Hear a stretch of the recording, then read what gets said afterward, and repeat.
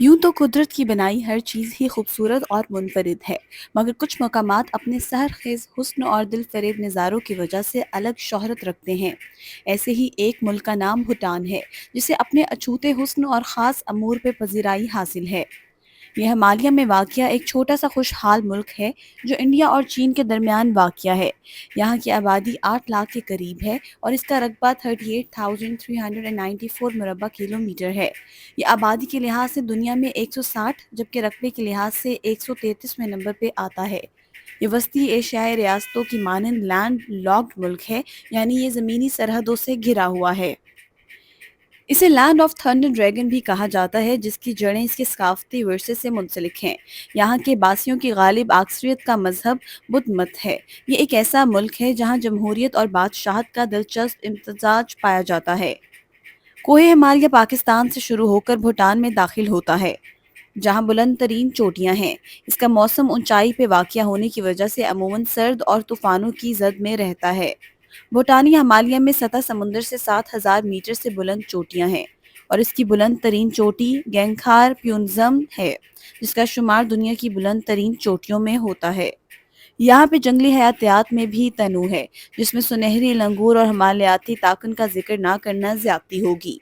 یہاں کے نشیبی علاقوں میں بنگال ٹائیگر، چیتے، ہیپڈ خرگوش اور کالی ریچھ پائے جاتے ہیں۔ اس کے علاوہ کالے ریچھ، سرخ پانڈا، گلہری جنگلی سور، نیلی بھیڑ اور ہرن کے متعدد قسمیں پائی جاتی ہیں۔ یہاں پرندوں کی 770 سے زائد متنوع اقسام پائی گئیں، جس میں معدومیت کے خطرے سے دوچار وائٹ ونگ ڈک بھی شامل ہے۔ یہاں کی معیشت کی بات کی جائے تو اس کا انحصار بنیادی طور پہ کاشتکاری، جنگلات، ٹورزم اور ہائیڈرو الیکٹرک پاور پہ ہے۔ یہ ان چیدہ ممالک میں شمار ہوتا ہے جو ماحول دوستی کے منصوبوں پہ سختی سے عمل پیرا ہیں۔ یہاں کا 60% حصہ جنگلات پہ مشتمل ہے۔ اس کے ساتھ ہی یہاں پہ تمباکو سختی سے بین ہے اور اس کا لین دین کے حوالے سے واضح پالیسی ہے۔ یہاں ہر برس لاکھوں سیاح آتے ہیں، جس سے ملکی جی ڈی پی میں مثبت اثرات نمایاں ہوتے ہیں۔ یہاں کی ایک اور دلچسپ بات یہ بھی ہے کہ اس ملک میں ہوائی اور زمینی ذرائع آمد و رفت تو موجود ہیں، مگر یہاں کوئی ریلوے ٹریک نہیں ہے۔ شرح خواندگی کی بات کی جائے تو قریباً 60% آبادی خواندہ ہے۔ بھوٹان میں 1/3 آبادی کی مجموعی عمر 22 سے 23 برس کے درمیان ہے، یعنی یہاں نوجوان طبقہ اکثریت رکھتا ہے۔ بھوٹان کا اپنا منفرد لباس ہے، جہاں مرد گھٹنوں سے اوپر تک کا یک روایتی لباس جبکہ خواتین ٹخنوں تک ساڑی نما ایک پوشاک زیب تن کرتی ہیں۔ یہ ڈریس کوڈ 90 کی دہائی تک کافی مقبول تھا اور اس پہ سختی سے عمل بھی کروایا جاتا تھا اور خلاف ورزی کی صورت میں جرمانہ بھی عائد کیا جاتا تھا۔ اب لباس کے حوالے سے پالیسی میں سختی کم ہو گئی ہے، صرف سرکاری دفاتر، اسکولوں، درگاہوں اور درسگاہوں میں خاص مواقع پہ لازم ہے۔ یہاں پہ بھی مغربی لباس مقبول ہے اور اکثر لوگ جینز ٹی شرٹ پہ ملبوس دکھائی دیتے ہیں۔ یہاں کے باسی اتنی خوشگوار زندگی گزارتے ہیں کہ یہاں پہ باقاعدہ خوشیوں کی منسٹری قائم کی گئی ہے۔ مختلف رنگ و نسل کے لوگ یہاں باہمی مساوات اور بھائی چارے کو مد نظر رکھتے ہوئے زندگی گزارتے ہیں۔ یوں تو ملکوں میں جی ڈی پی کو ناپا جاتا ہے، لیکن بھوٹان میں جی ٹی ایچ یعنی گروس نیشنل ہیپینس کا بھی حساب لگایا جاتا ہے۔ یہ تصور 1972 میں بھوٹان کے چوتھے بادشاہ جگمی سنگھی وانگچک نے دیا تھا۔ وہ اپنی قوم کو معاشرتی اقدار اور ہم آہنگی سے روشناس کروانا چاہتے تھے۔ بھوٹان کی دیکھا دیکھی اقوام متحدہ نے قوموں کے لیے خوشی اور ذہنی سکون کی ترویج کے لیے سن 2011 میں فنڈامنٹل ہیومن گولز کو مروج کیا۔ یہاں تعلیم اور صحت کی تمام تر سہولیات مفت ہیں۔ حکومت گاؤں میں رہنے والے بچوں کی ٹیوشن فیس سے لے کر اسٹیشنری تک کے اخراجات خود اٹھاتی ہے اور تعلیم تک رسائی ہر بچے کا حق ہے۔ یہاں گزشتہ چند برسوں میں شرح خواندگی میں اضافہ ہوا ہے، جس کی بنیادی وجہ یہاں پر متعارف کروائی گئی تعلیمی پالیسیاں ہیں۔ یہاں پہ مروج صحت کے اعلیٰ نظام کی بدولت نومولود بچوں میں شرح اموات میں خاطر خواہ کمی ہوئی۔ یہاں پہ اپنے ہمسایہ ملک انڈیا کی نسبت متوقع عمر میں واضح اضافہ دیکھا گیا۔ ہر ملک میں جہاں کچھ مثبت پہلو نمایاں ہوتے ہیں، وہیں کچھ منفی پہلو بھی ہوتے ہیں جنہیں نظر انداز نہیں کیا جا سکتا۔ بھوٹان میں جہاں بہت سی خاص باتیں ہیں جن کی بنا پہ اسے سراہا جاتا ہے، اس کے ساتھ ساتھ اس ملک کو کچھ مسائل کا بھی سامنا ہے۔ ملکوں کی تاریخ میں مشکل وقت آتے ہیں۔ کورونا وبا کے دوران اس ملک کی معیشت کو سنگین مسائل کا سامنا کرنا پڑا۔ یوں تو کورونا لاک ڈاؤن کے دوران دنیا بھر کو مشکل حالات سے نبھرنا پڑا، لیکن ایسے ممالک جن کا انحصار زیادہ تر سیاحت جیسے شعبہ جات سے تھا، وہ اس کی سنگین زد میں آ گئے۔ پھر سرحدوں کا کردار اس حوالے سے نظر انداز نہیں کیا جا سکتا۔ بھوٹان کو ایک جانب انڈیا اور دوسری جانب چین اور دونوں کے درمیان سفارتی اور دفاعی معاملات کو لے کر سرد مہری کی فضا قائم ہے، اور اس علاقائی قربت کے اثرات سے بھوٹان چاہ کر بھی خود کو محفوظ نہیں رکھ سکتا۔ دونوں ممالک کے درمیان کسی بھی قسم کے معاملات اس پہ براہ راست اثر انداز ہوتے ہیں۔ بھارت اور چین کے درمیان کشیدگی بھی بھوٹان کی معیشت کو زد پہنچانے والے اسباب میں سے ایک رہی ہے۔ پھر بڑھتا ہوا تجارتی خسارہ اور درآمدات کی بڑھتی ہوئی قیمتیں بھی بھوٹان کی معاشی حالت کو کمزور کرنے میں پیش رہیں۔ کچھ ماہرین کا خیال ہے کہ بھوٹان کا بحران سری لنکا جیسا نہیں۔ سری لنکا کی قرض میں ڈوبی معیشت اس وقت تباہ و برباد ہوئی جب ان کے پاس کھانا، تیل اور ادویات کی سپلائی افراط زد نہ ہونے کی وجہ سے معطل ہو گئی۔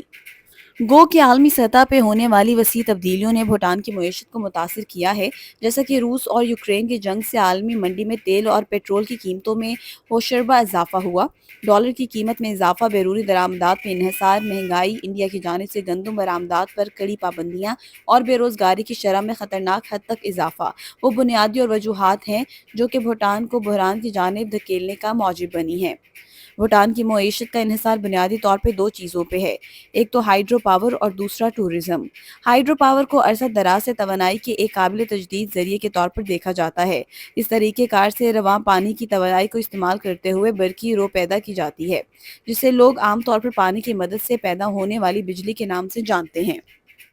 لیکن اس کا تاریخی پہلو یہ ہے کہ خشک سالی اور شدید بارشوں کے دوران ہائیڈرو پاور پلانٹس رک جاتے ہیں اور کسی بھی قسم کی کارکردگی دکھانے کی صلاحیت کھو بیٹھتے ہیں۔ ہائیڈرو پاور کی کارکردگی کے متعلق ماہرین سوال اٹھاتے ہیں کہ آب و ہوا کی تبدیلی اس کے مستقبل کو کیسے خطرات سے دوچار کر سکتی ہے۔ یہ دونوں ہی بھوٹان کو بیرون ممالک سے آمدن کے مواقع فراہم کرتے ہیں۔ دریں اثنا گزشتہ ایک دہائی سے جی ڈی پی کے لحاظ سے بھوٹان کا مینوفیکچرنگ سیکٹر جمود کا شکار ہے، جبکہ صنعتی شعبہ بنیادی طور پر تعمیرات، کانکنی اور بجلی سے چلتا ہے۔ بلا شبہ ملکوں کی انفرادیت کی اپنی خوبصورتی ہے، مگر باشعور قومیں ہمیشہ ارتقاء کے مراحل طے کرنے میں گامزن رہتی ہیں۔ بھوٹان سے ہمارے پاس سیکھنے کے لیے بہت کچھ ہے، جیسا کہ اچھی معاشرتی، تعلیمی، معاشی اور ماحول دوست پالیسیاں بنا کر ہم بھی خود کو مزید بہتری سے ہمکنار کر سکتے ہیں۔ بھوٹان میں اگر کوئی گھر کھو دیتا ہے تو اسے بادشاہ کی جانب سے گھر اور زمین دی جاتی ہے جس میں وہ کاشتکاری کر سکتا ہے۔ دنیا کا واحد دارالحکومت ہے جہاں ٹریفک لائٹس نہیں ہیں بلکہ ٹریفک ڈائریکٹر ہیں۔ دنیا کا واحد ملک ہے جس میں سگریٹ کو غیر قانونی قرار دیا ہے۔ یہاں کیڑے مار ادویات کے استعمال کو کم سے کم کر کے خالص خوراک کے حصول کی کوشش کی جا رہی ہے۔ یہاں صحت کی سہولیات مفت ہیں، یہاں تک کہ سیاحوں کے لیے بھی۔ تمباکو نوشی پر پابندی ہے۔ دنیا کا آخری ملک ہے جہاں ٹی وی آیا۔ حکومت نے یہاں ایک دہائی قبل ٹی وی اور انٹرنیٹ سے پابندی اٹھائی۔ یہاں کی بلند ترین چوٹی گینکھر پیونزم واحد چوٹی ہے جسے تاحال سر نہیں کیا جا سکا۔ ایئرپورٹس کا مقصد آمد و رفت میں آسانی اور سہولت بہم پہنچانا ہوتا ہے۔ بھوٹان میں 5500 میٹر پہاڑوں سے گھیرے پاو ایئرپورٹ کو دیکھا جائے تو یہ دنیا کی مشکل ترین ایئرپورٹس میں سے ایک ہے، کیونکہ یہاں لینڈ کرنا کوئی آسان کام نہیں۔ یہاں پر دن نکلنے کے بعد اور سورج ڈھلنے سے قبل ہی جہازوں کی آمد و رفت متوقع ہوتی ہیں۔ یہاں پائلٹس کو بلند اور بالا چوٹیوں پر پرواز کرنے اور لینڈنگ سے قبل وادی کی تیز ہواؤں کا سامنا کرنے میں دقت اٹھانی پڑتی ہے، اور حیران کن بات یہ ہے کہ یہاں پر پرواز کرنے کی سند صرف 8 پائلٹوں کو ہی دی گئی ہے۔ یہاں پر لینڈنگ کے مناظر مسافروں کے لیے حیرت انگیز ہوتے ہیں۔